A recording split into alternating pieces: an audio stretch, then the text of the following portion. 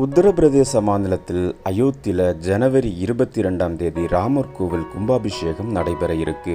கும்பாபிஷேக விழாவிற்காக இந்தியா முழுவதிலும் இருந்து ஏராளமான பக்தர்கள் தாராளமாக பரிசு பொருட்களை அள்ளி வழங்கி குவித்து வருகிறார்கள்.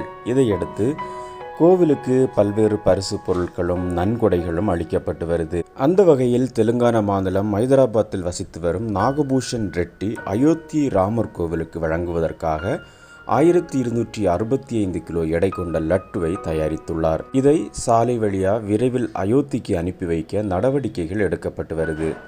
இந்த லட்டு குளிர்பதன பெட்டியில் வைத்து அயோத்திக்கு எடுத்து செல்லப்பட உள்ளது. இந்த லட்டு குறித்து இதனை தயாரித்த நாகபூஷன் ரெட்டி சொல்லும் பொழுது, நான் கடந்த 24 வருடங்களாக கேட்டரிங் தொழிலில் இருந்து வருகிறேன். அயோத்தி ராமர் கோயில் பூமி பூஜையில் கும்பாபிஷேகம் நடைபெறும் போது நாம் ஏதாவது செய்ய வேண்டும் என்பது என்னுடைய நெடுநாள் கனவாக இருந்து வந்தது. அதன்படி பூமி பூஜை தொடங்கிய நாளிலிருந்து தினமும் ஒவ்வொரு கிலோ லட்டுவாக தயாரிக்கப்பட்டு வருகிறது. இது மொத்தமாக 1265 கிலோ கொண்ட பிரம்மாண்ட லட்டுவாக உருவாகியுள்ளது.